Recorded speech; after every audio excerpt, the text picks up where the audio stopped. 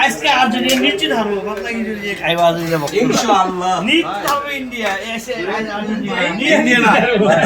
100% নিশ্চিত হারবো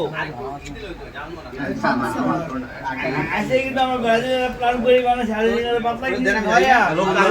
করে না বল দেন না দেখি আমি এই ভাই বস্তু যদি কোনো প্লেটে বেশি উঠে যার প্লেটে পরে না হারে ভাই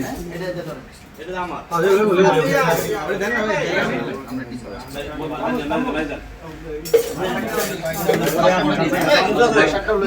না